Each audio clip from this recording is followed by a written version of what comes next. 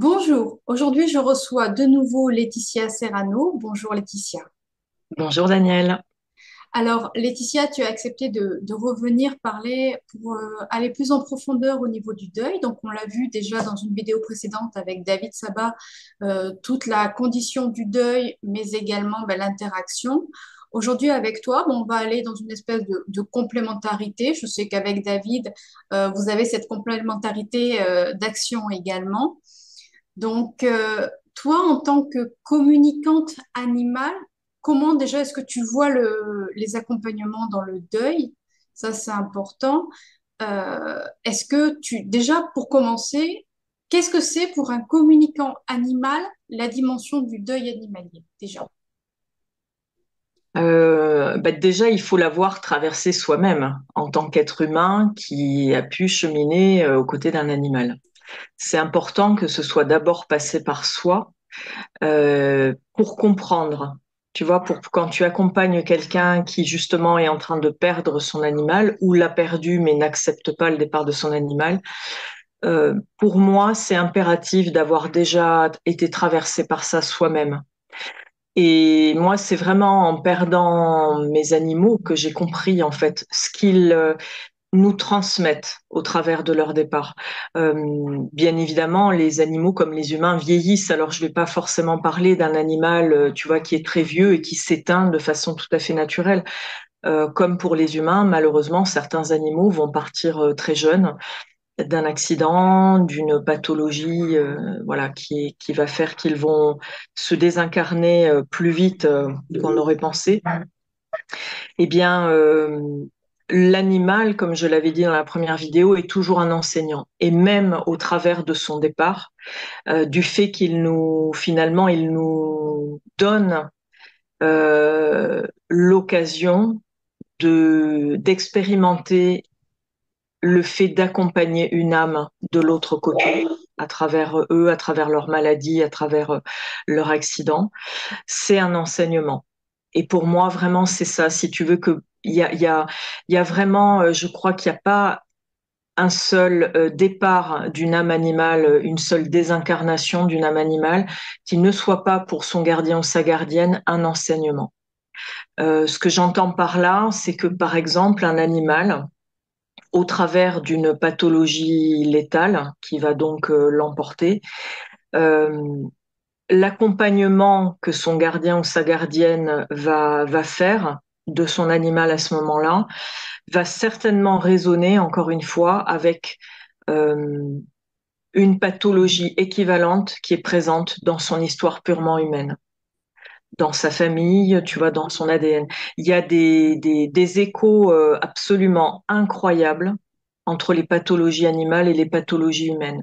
Et par exemple, si tu as, je dirais, voilà, un arrière-grand-père qui est mort d'une maladie respiratoire, eh bien, tu peux tout à fait, toi, te retrouver dans la configuration où tu vas avoir un animal de sexe mâle, pour faire rappel avec l'homme de ton clan que tu as perdu suite à une pathologie respiratoire, eh bien ton animal de sexe mâle peut tout à fait développer une pathologie respiratoire.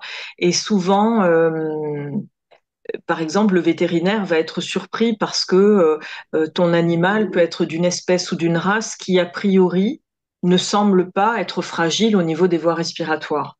Et pour autant, ben, ton chien va peut-être partir à l'âge de 3 ans d'une pathologie respiratoire, alors qu'a priori, c'est pas un âge auquel on peut s'attendre à ce que l'animal parte. Mais en faisant ça, l'animal va te confronter à cet accompagnement. Tu es libre de l'accepter ou pas, hein. Tu peux aussi finalement déléguer à d'autres ou déléguer au vétérinaire. Mais si tu acceptes, tu vois, de cette confrontation et de vivre cette expérience, eh bien, toute l'attention que tu vas apporter à ton animal qui est en train de partir de sa pathologie respiratoire et le fait ensuite de te laisser traverser par son deuil, eh bien, tu viens certainement faire le deuil, en fait, tu vois, de cet arrière-grand-père. Peut-être que pour une raison X ou Y, dans ton clan familial, au moment où cet homme est parti de maladie respiratoire, eh bien, la famille n'a pas été en capacité de l'accompagner.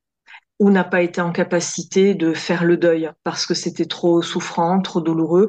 Et quand je dis que la famille n'a peut-être pas été en capacité de l'accompagner, c'est que c'est peut-être un homme qui est mort dans une tranchée par le gaz moutarde, tu vois.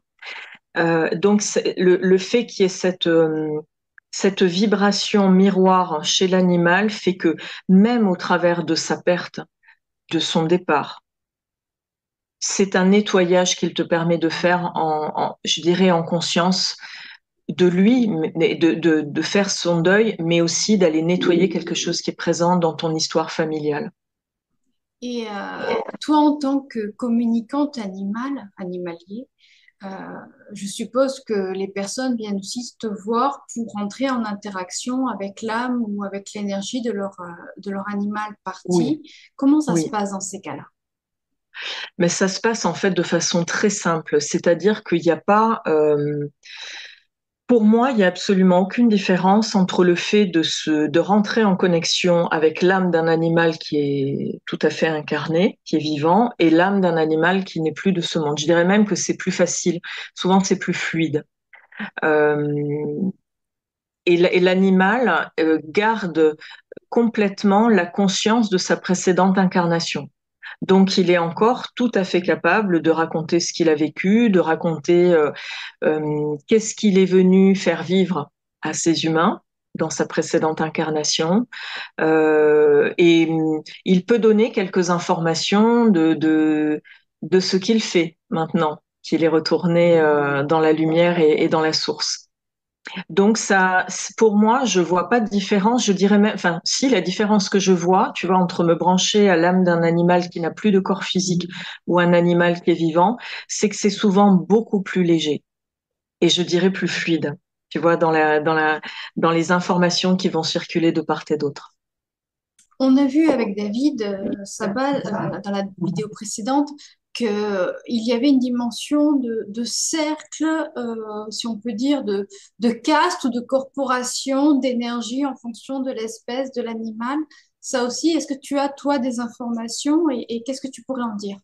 Oui, ça, je l'ai vraiment capté qu'en fait, il y a vraiment, dans la source, il y a vraiment un espace dédié aux âmes animales. Et c'est pas le même espace que l'espace qui est dédié aux âmes humaines. Par contre, il y a une zone frontière. Et ce qui fait que en fonction de ce qui est juste, de ce qui est défini, je dirais, dans l'univers par rapport au contrat d'âme entre les âmes animales et les âmes humaines, il y a des âmes animales qui, quand elles se désincarnent, vont aller justement, tu vois, dans cette zone frontière. Et c'est les cas où je crois que tu avais eu aussi le témoignage de Sonia André qui a évoqué le fait que de temps en temps, elle perçoit un animal. Quand elle capte l'âme d'un défunt humain, elle va capter aussi son animal. Donc ça veut dire qu'a priori, ils se sont retrouvés. Donc effectivement, tu vois, il y a une zone frontière et il y a des ponts. Et parfois, tu as des âmes animales qui ont vraiment eu des vécus avec une proximité avec leurs humains très importante, eh bien, elles vont, tu vois, être sur un pont, un passage, ce qui fait qu'elles ont accès effectivement à des âmes humaines et que quand une âme humaine se désincarne, elle peut retrouver son animal. Mais c'est pas la majorité des cas. Contrairement à ce que pensent et je dirais à ce qu'espèrent les gens, il y a vraiment un grand espace dédié aux âmes animales. Et là où je suis entièrement d'accord avec David, c'est qu'il y a vraiment des sous-espaces dans ce grand espace. Donc, tu as vraiment un immense espace qui est réservé aux âmes animales qui correspondent au règne animal, le règne sauvage, tu vois, d'animaux qui ne sont pas imprégnés par l'humain. Et tu vas avoir ensuite différentes strates. Ça correspond à des plans de conscience différents pour des âmes animales qui ont déjà cheminé avec les humains, mais dans des, tu vois, je dirais dans une proximité plus ou moins importante. Tu as l'animal domestique, mais qui n'est finalement qu'un animal de rente. Donc un mouton, une vache, qui grosso modo finira peut-être sa vie un jour à l'abattoir pour nourrir l'humain, mais qui n'a pas eu vraiment d'interaction affective, émotionnelle avec l'humain. Et tu as bah, les chats, les chiens par exemple, les chevaux, les lapins nains, les cochons d'Inde, qui ont pu avoir un lien extrêmement fort avec leurs humains. Et donc là, c'est encore un espace différent, qui est très très imprégné encore par leur expérience de collaboration avec les humains. Et justement, on va rester dans la com. quand un compagnon animal décède, est-ce qu'il est possible, pour s'assurer, quand on souhaite rentrer en communication avec lui, est-ce qu'il est possible d'établir un code un petit peu, je pense au livre de Stéphane Alix, le test, qui était dans cette dimension-là, c'est-à-dire convenir d'un code avec une personne qui va partir ou qui passe de l'autre côté. Est-ce qu'avec les animaux, on peut avoir cette même dimension pour s'assurer que c'est bien eux Ben, dans la com? on pourrait le faire, mais moi, je remets complètement en question l'intérêt de le faire. Ça veut bien dire que tu ne fonctionnes pas dans le cœur, hein, tu fonctionnes avec ton mental. Si tu as besoin d'une convention, parce que le code dont tu parles, c'est finalement une convention mentale. Donc, si tu as besoin d'une convention mentale, est-ce que tu es vraiment connecté d'âme à âme et de cœur à cœur? Est-ce que c'est bien, tu vois, le bon branchement? Mais les âmes animales sont extrêmement, dans leur grande bienveillance et dans leur amour inconditionnel pour les humains, peuvent effectivement tout à fait jouer ce jeu. Moi, j'ai déjà eu le cas en communication animale, en consultation, d'une dame qui avait donné un message à son chien avant qu'il ne décède. Elle lui avait dit, bah écoute, un jour, je demanderai un message de ta part et j'aimerais que tu me rappelles un lieu dans lequel on a été très souvent. Et quand moi, donc je n'étais pas du tout au courant, et quand je me suis connectée à l'âme de ce chien, il m'a renvoyé un paysage très précis que j'ai décrit à la dame. Et elle a fondu en larmes en me disant, ben c'est ça. Je lui avais demandé le jour où je ferai appel à quelqu'un pour avoir un message de sa part, de me montrer le lieu. Et c'était un lieu, si tu veux, dans lequel, c'est pas un lieu dans lequel ils ont vécu, mais c'est un lieu dans lequel cette dame est toujours partie en vacances pendant des années avec son chien. Et voilà, ce chien adorait cet endroit tout autant que sa maîtresse. Et donc, il a effectivement, tu vois, d'entrée de jeu fait référence à ça. Mais moi, j'essaie d'encourager les gens et je comprends hein, qu'on ait besoin aussi de repères, de preuves, etc. Mais j'encourage souvent les gens aussi à réaliser que ça, c'est un processus mental et que donc, c'est pas un vrai processus évolutif pour moi, tu vois, en termes de spiritualité. Alors, les animaux, encore une fois, savent jouer le jeu, mais est-ce qu'il faut les emmener vers ça? Est-ce que c'est pas tirer un peu vers le bas? C'est une question, tu vois, c'est complètement ouvert. Mais moi, c'est vrai que j'essaie. Ça m'arrive, par exemple, en consultation pour un animal vivant ou un animal décédé, d'avoir des gens qui m'envoient des mails avec une liste comme ça de questions, plus mentales les unes que les autres.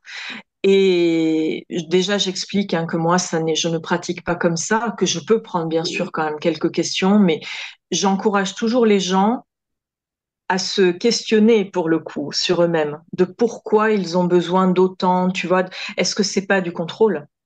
Tu vois, de devoir verrouiller. Alors, je lui ai acheté un jouet à tel moment. Est-ce qu'il va se rappeler de ce que c'était ce jeu? Est-ce que ça se met vraiment au service de, tu vois, des âmes et de l'évolution des âmes? Voilà. Moi, c'est une question. Je porte pas de jugement de valeur, hein, mais c'est, tu vois, une question que moi je me suis posée dans mon propre lien à mes animaux et de qu'est-ce que j'avais envie qu'il reste au-delà, tu vois, de la mort. Qu'est-ce que j'avais envie de garder en fait comme lien avec mes animaux? Est-ce que c'était des choses très matérielles ou est-ce que c'était des choses qui relèvent beaucoup plus de justement cet amour inconditionnel et de quelque part une confiance absolue en le fait que tout est juste et que même leur départ est juste. En parlant de leur départ, souvent, ben, on voit des témoignages hein, par rapport à différentes communications. Quand un animal part emporté par une maladie lourde, il y a dans ce qu'on entend, un petit peu comme nous dans les témoignages de NDE ou des canalisations, une dimension d'espace de soin, Tout l'espace à de fait. soin Oui, dans oui, l'entre-deux. oui, Est-ce que toi, tu as oui, déjà eu affaire à oui, ça oui. et comment ça se passe? En fait, si tu veux, la première fois, moi, je ne savais pas du tout ça, puisque moi, comme je l'ai expliqué dans la précédente vidéo, c'est vraiment moi, les animaux, qui m'ont tout appris. Les âmes animales, qu'elles soient incarnées ou désincarnées, m'ont vraiment tout appris. Et donc, j'ignorais que quand un animal a eu une fin de vie compliquée avec une maladie dégénérative, par exemple, tu vois, avec beaucoup de souffrance physique, etc., qu'il fallait comme un temps de restauration. Exactement, et j'ai appris a posteriori que c'était la même chose pour les âmes humaines. Et je l'ai mesuré parce qu'en fait, une fois, une dame venait de perdre son chat, donc un chat qui était déjà âgé, mais tu vois, qui est parti d'une insuffisance rénale. Ça a duré, et l'animal a beaucoup souffert en fait. Et à peine son chat décédé, elle m'a tout de suite contactée pour une communication. Et moi, ne sachant pas, apprenant, je dirais vraiment sur le tas, je me suis connectée. Et là, si tu veux, ça a été un peu comme une fin de non-recevoir. J'ai senti que je n'arrivais pas à connecter. Par contre, je pense que c'est certainement à travers mes guides ou voilà, en tout cas par des instances de l'univers, j'ai entendu que c'était trop tôt. Que cette âme animale, elle avait besoin, tu vois, d'un temps de restauration. Moi, j'ai entendu comme le mot restauration, tu vois, comme une remise à niveau, parce qu'effectivement, il y avait encore une empreinte beaucoup trop importante du corps physique qui pour autant n'était plus là. Mais il continuait à peser lourd sur cette âme comme s'il était encore présent. Donc ça veut dire que l'âme animale pouvait encore avoir des impressions de douleur, et puis émotionnellement être extrêmement bouleversée, aussi parce que beaucoup dans le souvenir du bouleversement émotionnel de sa gardienne, là dans l'exemple que je te donne. Et donc, je sentais qu'il y avait, alors je ne sais pas si ce sont des anges, des guides, mais je sentais qu'il y avait effectivement des énergies extrêmement bienveillantes qui prenaient en charge cette âme animale pour lui faire comme des soins, je dirais, tu vois, énergétiques et la restaurer. Et c'est pour ça que tu vois, quand un animal vient juste de décéder, que les gens me contactent de suite, je ne leur donne pas de consultation de suite. C'est-à-dire que j'ai vraiment mis en place, tu vois, un délai. Alors, c'est au cas par cas. Il y a effectivement des cas où l'âme, elle est prête de suite. Mais j'intègre le fait que quand un animal a eu une fin de vie un peu compliquée, moi je laisse plusieurs mois de délai. C'est-à-dire que tu vois, je demande au moins 2 à 3 mois de temps.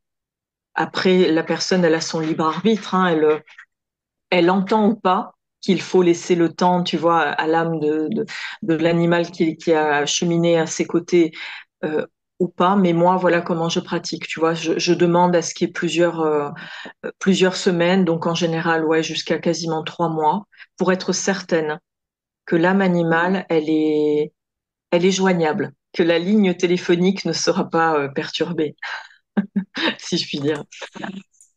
Et également, est-ce qu'il y a un principe de réincarnation au niveau des animaux? Et si oui, est-ce qu'ils se réincarnent avec leur même humain, puisqu'on voit que leur espérance de vie est moindre par rapport à la nôtre?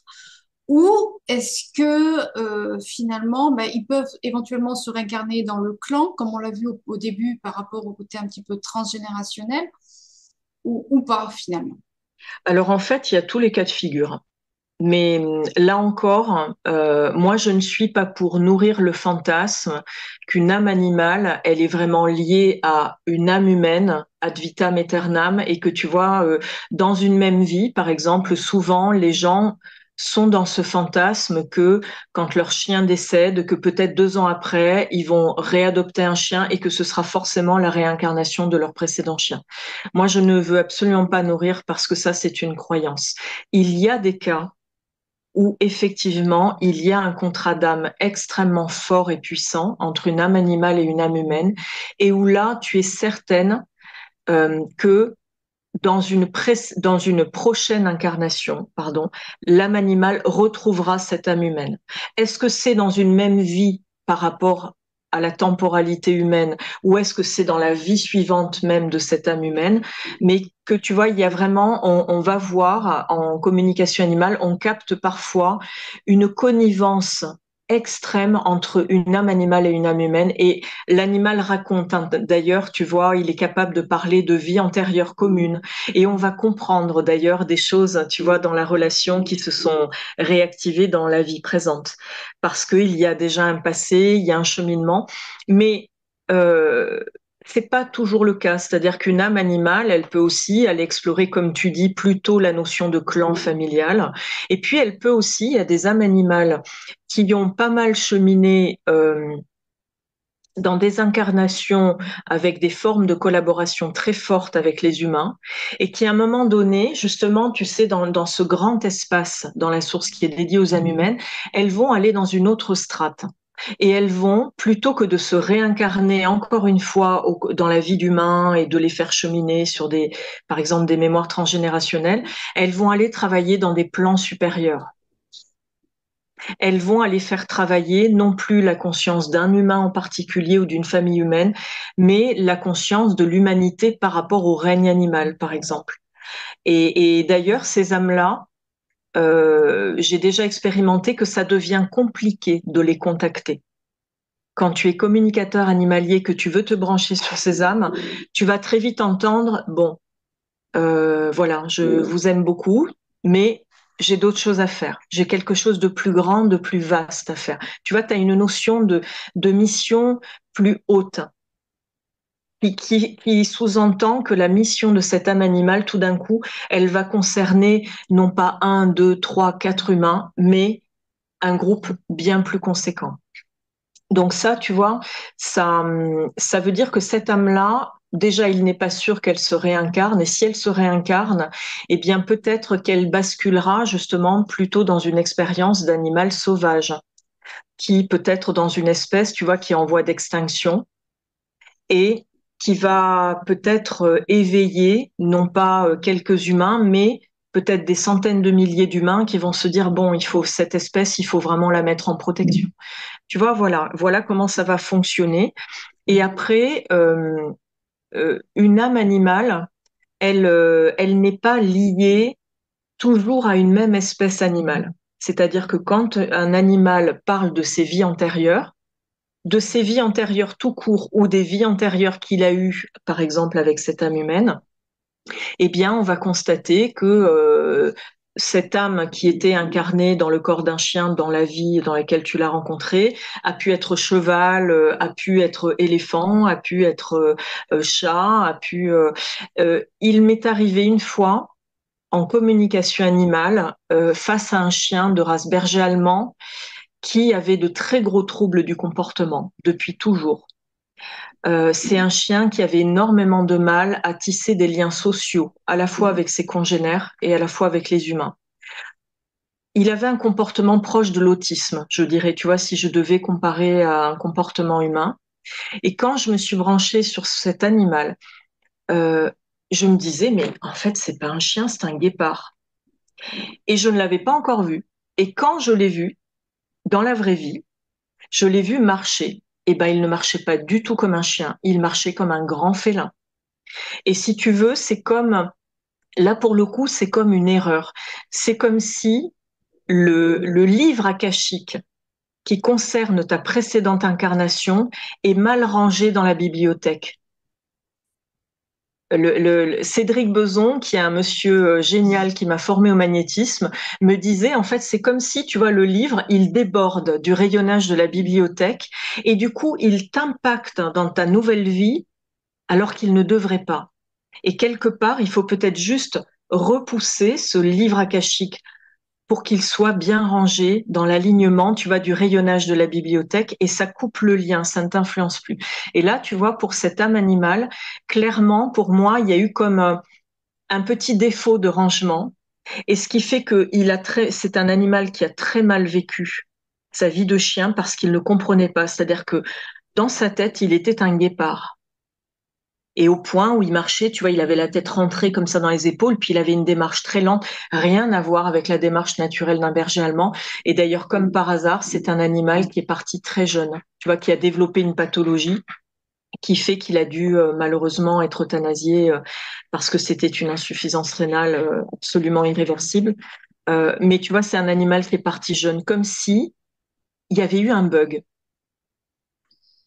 Donc un animal peut garder le souvenir d'une précédente, voilà, et ça se met au service de lui et de son humain. Quand ça devient un handicap, c'est que c'est le livre qui a été mal rangé, entre guillemets. Là, on parle essentiellement dans l'interaction, c'est du deuil de l'humain face à la perte de l'animal de compagnie.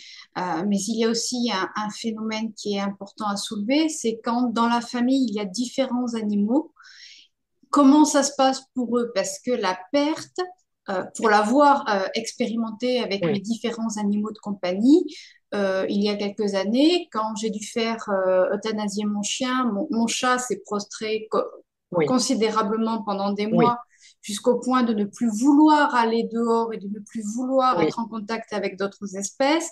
Pareil, quand mon chat est décédé, c'est mon autre chat qui est parti dans un oui, système de fermeture. Comment ça se passe oui. pour eux dans l'interaction de la perte d'un compagnon? Ben, en fait, si tu veux, ça les affecte autant que de perdre, par exemple, leur gardien ou la gardienne, hein. C'est-à-dire qu'ils ont vraiment cette conscience de perte d'un frère ou d'une sœur quand il s'agit d'un congénère ou en tout cas d'un animal qui vit avec eux, même si c'est pas la même espèce. Il y a des animaux qui vont se laisser mourir de chagrin. Euh, mais encore une fois, il faut ramener, tu vois, au miroir avec l'humain. Par exemple, imagine que dans ta famille, 2 générations au-dessus de toi, il y ait eu des frères jumeaux et que l'un des 2 enfants décède et que le jumeau survivant, il ait été dans un chagrin, tu vois, une forme d'anéantissement. Eh bien, il est tout à fait possible que 2 générations après, dans ta maison à toi, tu adoptes par exemple un chien mâle et un chat de sexe mâle. Alors ils ne sont pas de la même espèce, mais bizarrement, depuis qu'ils sont chez toi, qu'ils vivent ensemble, ils ont une relation gémellaire. Ils sont tout le temps ensemble, ils dorment tout le temps ensemble. Le chat vient manger dans la gamelle du chien, le chien mange dans la gamelle du chat, et tout est complètement pacifié, tout est fluide entre eux. Le jour où, dans l'exemple que tu donnes, ce chien malheureusement décède, du point de vue de ton chat mâle, il vient de perdre un frère jumeau, parce que c'est ce qui est présent dans l'exemple que je donne dans ton clan à toi. Donc c'est quelque chose qui est autant insupportable à vivre pour lui que dans la vraie histoire qui est présente dans ta famille, tu vois, de ce petit garçon qui constate la mort de son frère jumeau et il ne se sent pas en capacité peut-être de vivre sans lui. Ça le projette dans des peurs, dans un chagrin immense. Eh bien, ton chat va vivre exactement la même chose. À la fois parce qu'en tant qu'âme animale, il est venu l'expérimenter purement sur son plan de conscience animale, mais également parce que par rapport à ton âme à toi, ça réouvre ce dossier transgénérationnel qui n'est peut-être pas résolu. Tu vois, parce que est-ce que ce petit garçon a un jour fini de faire le deuil de son frère ou pas? Eh bien, s'il est mort adulte en s'étant jamais remis de la mort de son frère jumeau, ça reste un dossier à résoudre. Eh ben, c'est tout à fait possible que ce soit au travers de toi ce que ça va te faire, à la fois de perdre ton chien, et à la fois de voir ton chat qui est désespéré d'avoir perdu son frère et qui est prostré à la maison, qui ne veut plus sortir.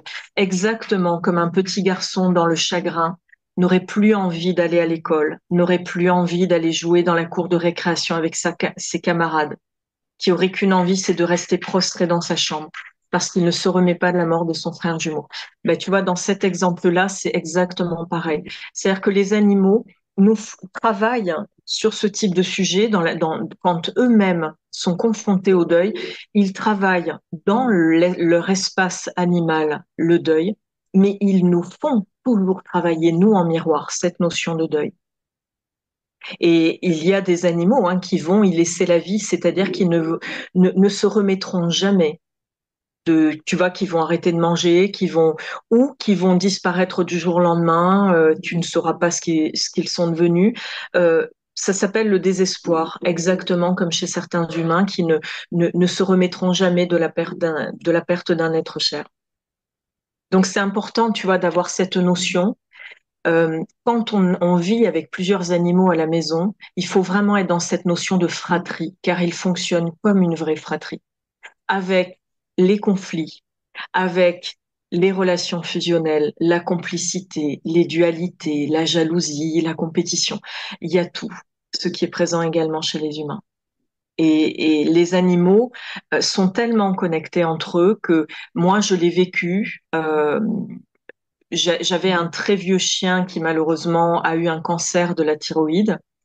Et le vétérinaire, au bout d'un moment, m'a dit, bon, là, il faut le faire partir. Et effectivement, mon chien m'a envoyé le signal qu'il était prêt. Et il était très en lien avec ma chienne, qui, elle, était en pleine forme. Elle était beaucoup plus jeune. Et ma sœur et mon neveu sont restés à la maison chez moi avec ma chienne. Et moi, je suis partie avec mon chien. Et ma sœur m'a téléphoné une fois que je suis sortie de chez le vétérinaire, au moment où mon chien recevait l'injection létale. Ma chienne, qui était à 10 kilomètres, hein, s'est mise à hurler à la mort à la maison. Donc, tu vois, ils ont aussi ils sont tellement connectés qu'ils sentent, même à des dizaines de kilomètres, même, j'ai envie de dire, à des milliers de kilomètres, ils sentent que leur être cher, qui peut être un congénère, qui peut être un autre animal ou qui peut être une âme humaine, que cette âme, elle s'est désincarnée. Ils le sentent et tu peux avoir des synchronicités incroyables dans le comportement, un hurlement à la mort, tout d'un coup un animal qui est en plein jeu et qui s'arrête et qui est complètement prostré. Euh, c'est quelque chose qui est bouleversant tu vois, de voir à quel point ils ont cette conscience-là, justement, par rapport à la mort et au deuil. Dans cette dimension d'interaction entre les espèces, là aussi, c'est une question, puisque je l'ai expérimenté au cours de ma vie, c'est le champ de l'espèce ou interespèce. C'est-à-dire que je me rappelle, il y a plus de 25 ans en arrière, quand j'ai perdu un chien qui avait vécu longtemps finalement dans l'ensemble du village, j'irais dire. Euh, les chiens alentours, c'est même pas les chiens immédiats, ce sont les chiens alentours qui ont amorcé ce qu'on appelle un chant. Très Oui, étonnant quand on l'entend. Et oui. donc ça aussi, qu'est-ce que c'est? Qu'est-ce que c'est? Est-ce que toi, tu as déjà eu expérience ou est-ce que tu as déjà eu des infos comme animal par rapport à ça? Alors, c'est vraiment les vestiges du loup. C'est-à-dire que les loups communiquent comme ça. C'est-à-dire que les loups, tu vois, dans la meute, il peut y avoir des individus qui vont vraiment s'éloigner, je dirais pas mal, et qui à un moment donné, alors qu'ils ne sont pas dans je dirais, tu vois, une distance géographique qui leur permet d'utiliser leur sens physique, vont se synchroniser et vont avoir besoin de faire ce cri du loup qui va être entendu, là, pour le coup, de vraiment très loin. Et en fait, tout le monde va se mettre à faire ce chant. C'est vraiment un instinct. Alors, à quoi est-ce que c'est dû? Moi, c'est comme, si tu veux, c'est un cri de ralliement et il se passe quelque chose énergétiquement, hein. C'est-à-dire que vraiment, c'est comme, tu vois, des horloges qui se synchronise. C'est comme une remise à zéro de quelque chose, mais c'est vraiment de l'énergétique. C'est-à-dire que chez les loups, vraiment, quand ils se mettent comme ça à hurler à la mort et qu'ils le font en meute, même quand des individus de la meute sont très loin, c'est pas parce qu'ils sont très loin qu'ils ne vont pas se relier par le chant à la meute. C'est vraiment, il y a une vibration. Alors, est-ce qu'ils font un soin à la meute? Est-ce que quand ils font ça, ça produit même un soin sur le lieu où ils sont? Mais c'est pas anodin. Tu sais ça, je sais plus si c'est avec toi qu'on avait évoqué le fait que il y a, tu sais, parfois dans des villages ou des villes, des endroits où il y a des quartiers entiers où il y a tout un tas de chats errants. Pourquoi à cet endroit-là en particulier? Ben parce qu'en fait, c'est un lieu dans lequel historiquement il y a dû avoir des choses négatives et en fait les chats en groupe vont nettoyer. Donc là, ils n'utilisent pas les miaulements, mais ils vont utiliser leur pouvoir de guérisseur pour aller nettoyer le lieu transmuté. Ben, pour d'autres animaux, ça va être en utilisant du son. Donc typiquement, tous les descendants des loups vont utiliser ce hurlement, les coyotes, etc. Mais pour moi, c'est vraiment vibratoire. C'est que ce n'est pas anodin. Déjà, comment arrive-t-il à se synchroniser? Tu vois, et alors ce serait intéressant en tant qu'humain de sentir qu'est-ce que ça te fait quand tu entends ce chant. Ça te renvoie à des peurs, tu as envie de les rejoindre et de chanter avec eux. Moi, c'est plutôt ça que ça produit. Mais pour moi, si tu veux, c'est de l'ordre du soin.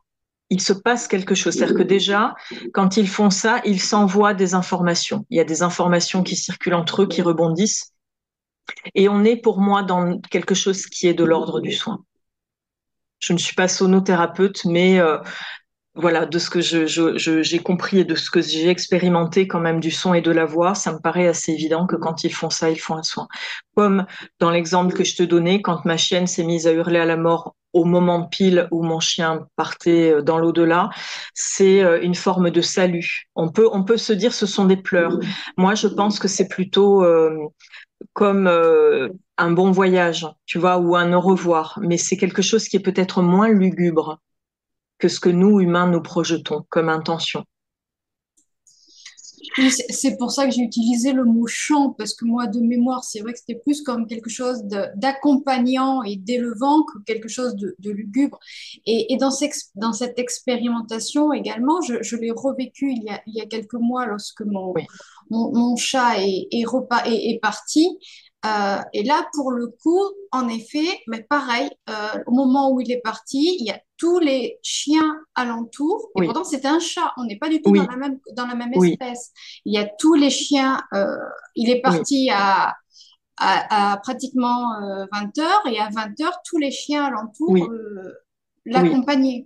oui. Mais tu vois, ton chat avait ce vécu, c'était ce chat-là qui avait ce vécu important avec ton chien, c'était le même. Mm. Voilà. Et tu vois, il y avait quelque chose qui fait que déjà, il n'était pas cloisonné dans son espèce animal-chat. Il avait une énergie qui allait bien au-delà, ce qui fait qu'il a effectivement impacté aussi les autres animaux du quartier. C'est ce monsieur, magnifique monsieur que je vois derrière toi, d'accord? Ok.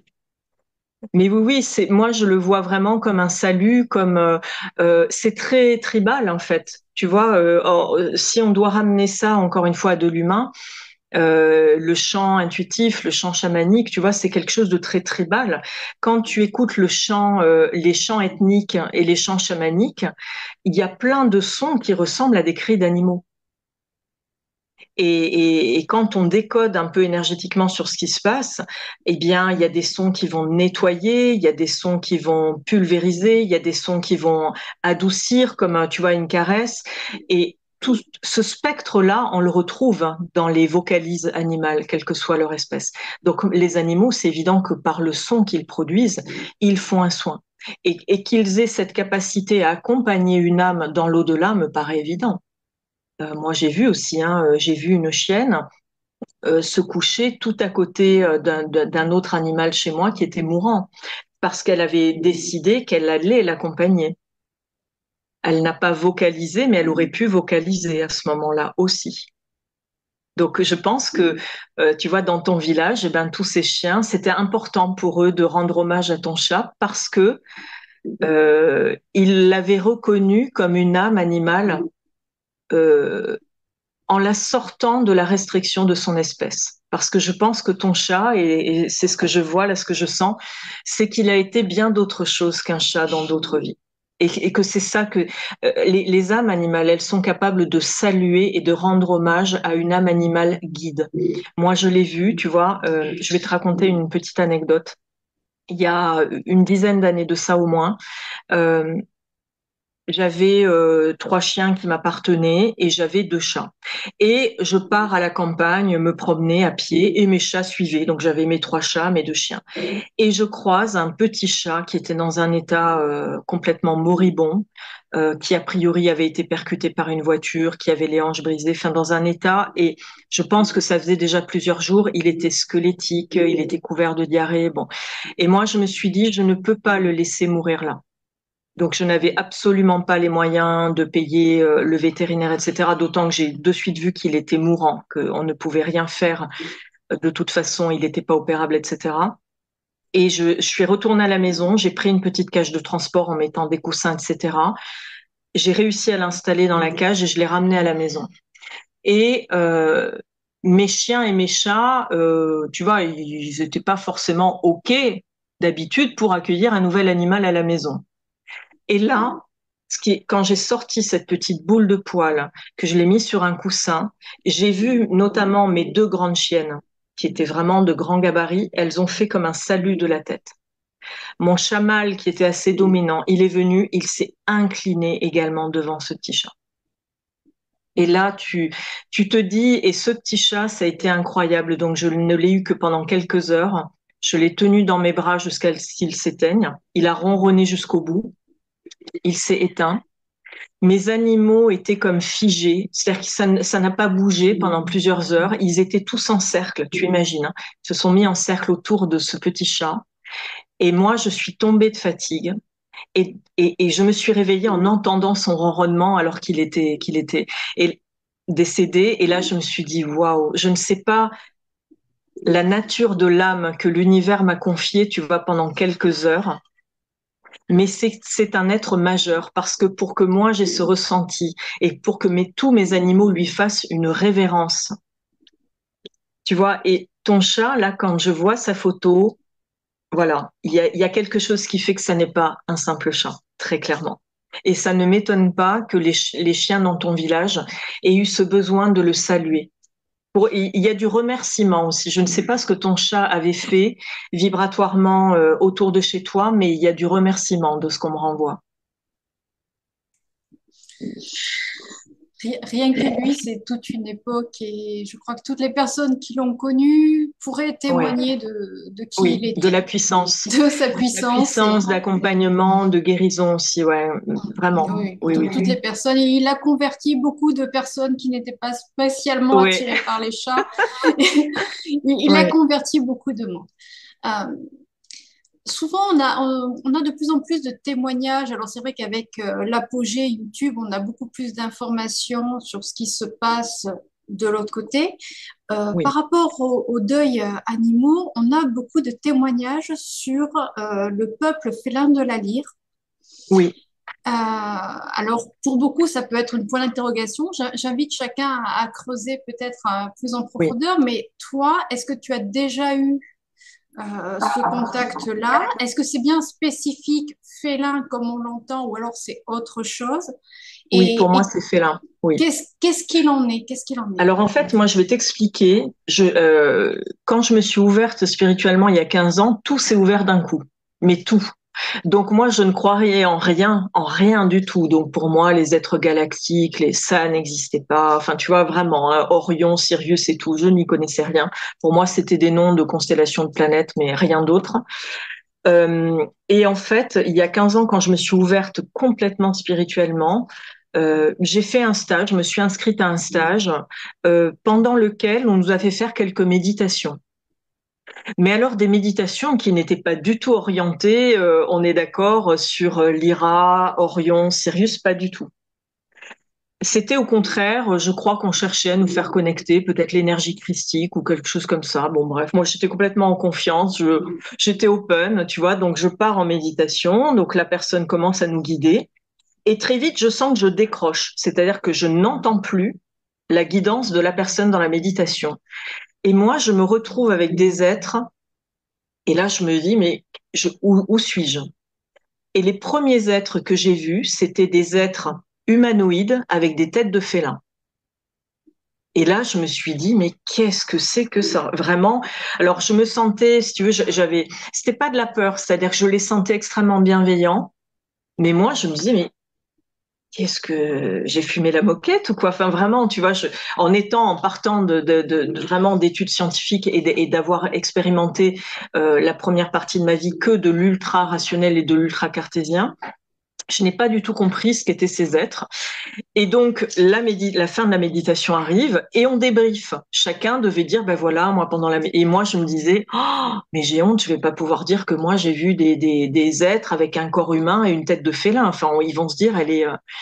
Et je passais en dernier, donc bon, ben mon tour arrive et je dis, bah écoutez, moi je suis désolée, je suis passée complètement à côté de la méditation. Et la personne me dit, ah bon, mais qu'est-ce que tu as vu? Je lui dis, bah écoute. Je sais même pas si je peux vous le raconter parce que et la personne me dit mais si voilà, sois dans la confiance, c'est un groupe bienveillant. Et je dis ben voilà, moi j'ai vu des êtres humanoïdes avec des têtes de félins. Et là non seulement il m'a pas dit bon OK, alors toi vraiment tu es complètement folle, mais il m'a expliqué ce que c'était. Et là moi je suis restée mais scotchée. Donc en fait si tu veux dans cette méditation je n'ai pas cherché à rentrer en contact avec eux, tu vois, je n'ai pas eu le réflexe de poser des questions, mais par contre, leur contact m'a coupé de mon mental, c'est-à-dire que ça m'a tout de suite mise dans le cœur et dans le ressenti, c'est-à-dire quelque chose qui finalement est très animal, tu vois, instinctif. Et pour moi, ces êtres-là, c'est ce qu'ils ont comme capacité de nous ramener dans notre instinct. Mais moi, je les ai sentis remplis d'amour. C'est-à-dire pas du tout dans un instinct que l'humain possède, tu vois, de prédation, de je veux contrôler, je veux dominer, je veux m'imposer, mais c'était quelque chose de beaucoup plus doux et de beaucoup plus.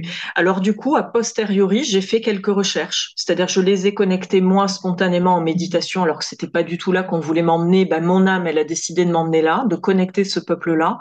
Et puis ensuite, j'ai fait des recherches et j'ai vu, tu vois, quelques gravures, quelques dessins faits par certains qui les avaient connectés. Et le plus scotchant pour moi, ça a été de constater que ça correspondait exactement à ce que moi j'avais visualisé en ignorant totalement leur existence. Et il y a quelques années, j'ai acheté le livre d'une Française qui vit en Irlande qui s'appelle Helena Danahan, qui a écrit un livre Graines d'étoiles ou quelque chose comme ça. et le don Le des don des étoiles en étoiles, fait. ouais. Moi, j'ai le livre en anglais, mais c'est le don des étoiles, voilà. Et où elle raconte un peu son histoire dans la première partie du livre. Et puis ensuite, comme elle a fait, je crois qu'elle a fait les beaux-arts, elle a illustré, tu vois, elle a vraiment représenté tous les peuples qu'elle a connectés. Et justement, donc elle les appelle les La'an. C'est ces êtres-là, L2AN. Mais c'est vrai que c'est tout à fait ça. Donc elle les associe bien effectivement à l'Ira, c'est-à-dire lire. Et quand elle a expliqué un peu les caractéristiques de ce peuple et leur comportement par rapport aux humains, j'ai vraiment retrouvé ce que moi j'ai expérimenté en les connectant. Pour moi, si tu veux, il y a clairement un lien avec le sphinx d'Égypte. Il y a, voilà, c'est-à-dire que je pense que ce sont des êtres qui ont certainement eu des interactions très fortes avec la Terre à certaines périodes, et que le sphinx, qui à l'origine n'avait pas une tête de pharaon, mais bien une tête de félin, est vraiment je dirais, un lien avec ce peuple-là.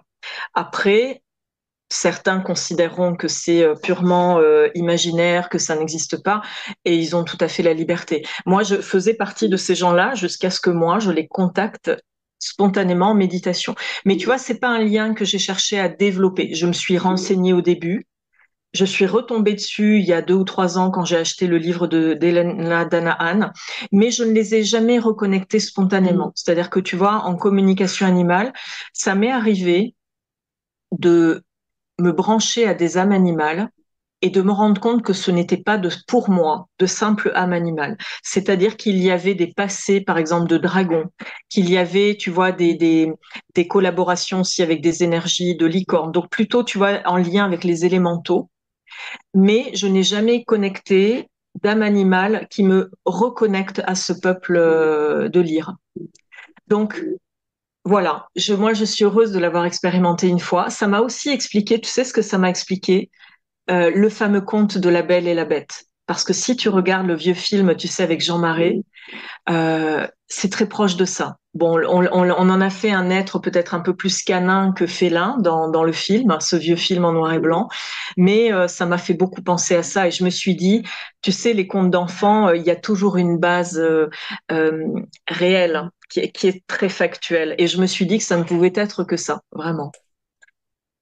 En effet, la littérature connotée enfant, je dirais que c'est toujours important de s'y pencher un peu plus, parce qu'on peut regarder, par exemple, dans des vieux témoignages, bon, ça c'est un autre sujet, mais on peut trouver dans Oui, des témoignages ou dans des récits de ce qu'on appelle des mythes et légendes, ce qui peut faire penser très souvent à des abductions ou à des oui, interactions interespèces. Mais bien sûr, ça oui, c'est un autre sujet. Je fais juste une parenthèse, Elena Danaan. Euh, Ce qui est important aussi de préciser, c'est que c'est quand même quelqu'un d'extrêmement concret. Elle est archéologue. Elle a été abductée très tôt. Donc, pour ceux qui seraient intéressés, j'invite chacun à aller creuser aussi. oui.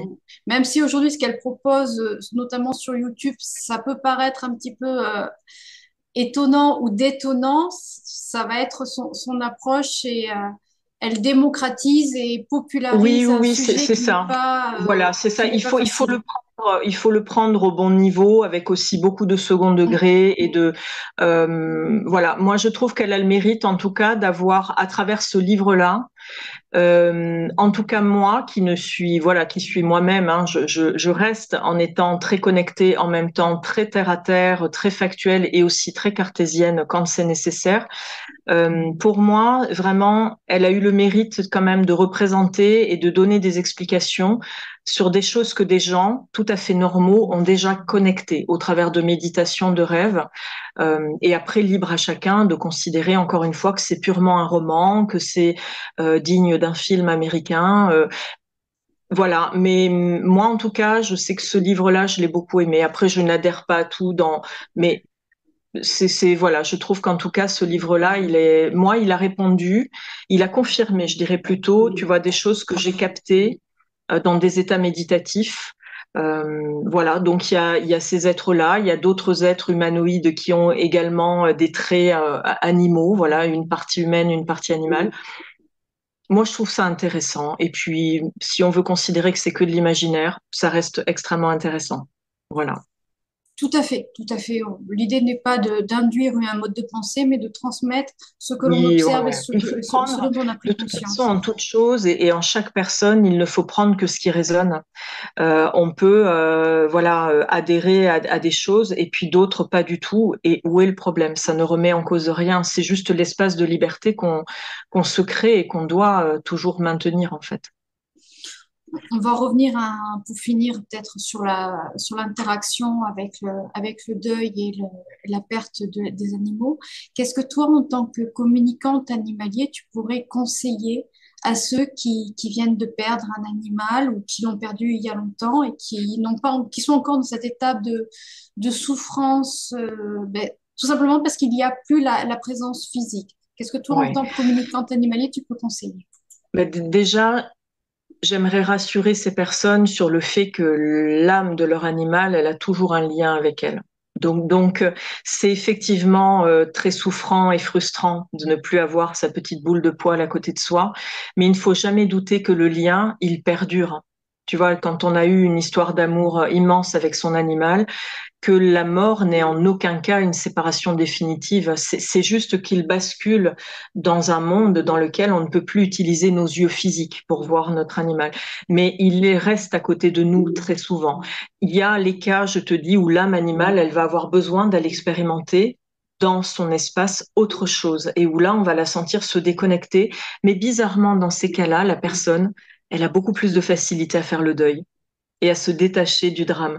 Pour les autres, je dirais voilà qu'elles soient rassurées sur le fait que le lien d'amour persiste et est absolument intemporel et irréversible. Voilà.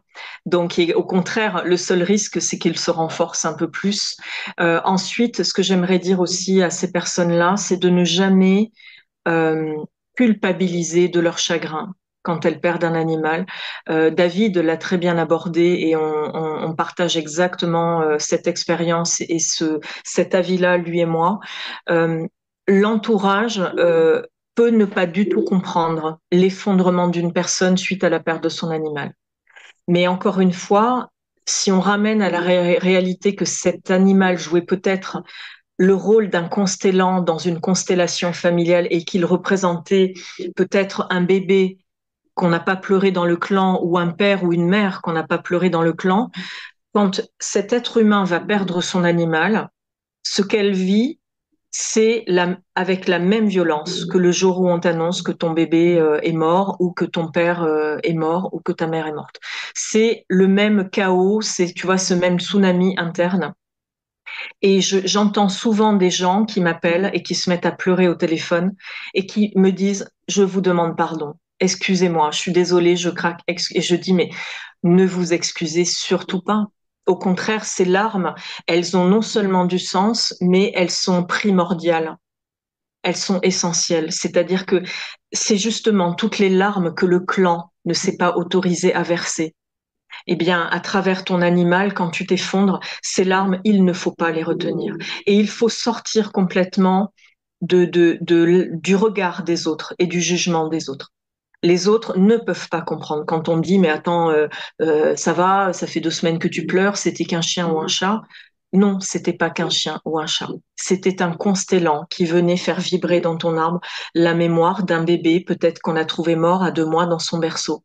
Donc c'est pas rien, c'est pas juste un simple chat, c'est pas juste un simple chien. Et du point de vue de la personne, il faut qu'elle accepte son chagrin. Il faut pas qu'elle soit dans le déni. Il ne faut pas qu'elle culpabilise de pleurer, d'être aussi mal. Parfois, j'ai des gens qui me disent, je suis un monstre. J'ai plus pleuré quand j'ai perdu mon chat que quand on m'a annoncé le décès de mon père. Moi, je leur dis non, vous n'êtes pas un monstre. Vous n'êtes pas un monstre. Acceptez ce que vous ressentez là pour ce chat. Parce que tu vois, Daniel, ce qui est déterminant, c'est que déjà d'accepter son chagrin, d'accepter de pleurer, eh bien, tu rentres déjà. Ça veut dire que ça y est, tu mets un pied dans le processus de deuil et que tu vas y arriver. C'est quand tu retiens tout. C'est quand tu te mets dans le déni, en fait, de ton chagrin et que tu refuses de pleurer que que ça va revenir comme un boomerang dans ta vie, peut-être dans 1 an, 2 ans, 3 ans. Donc, au contraire, il faut accepter de se laisser attraper. C'est ça le cadeau de notre animal. C'est pour ça aussi que les animaux partent parfois plus tôt que prévu. C'est parce que de passer par ce processus de deuil, à la clé, c'est une guérison immense, bien plus forte que simplement de guérir de la perte de son animal. C'est qu'on va venir guérir de la perte d'humain.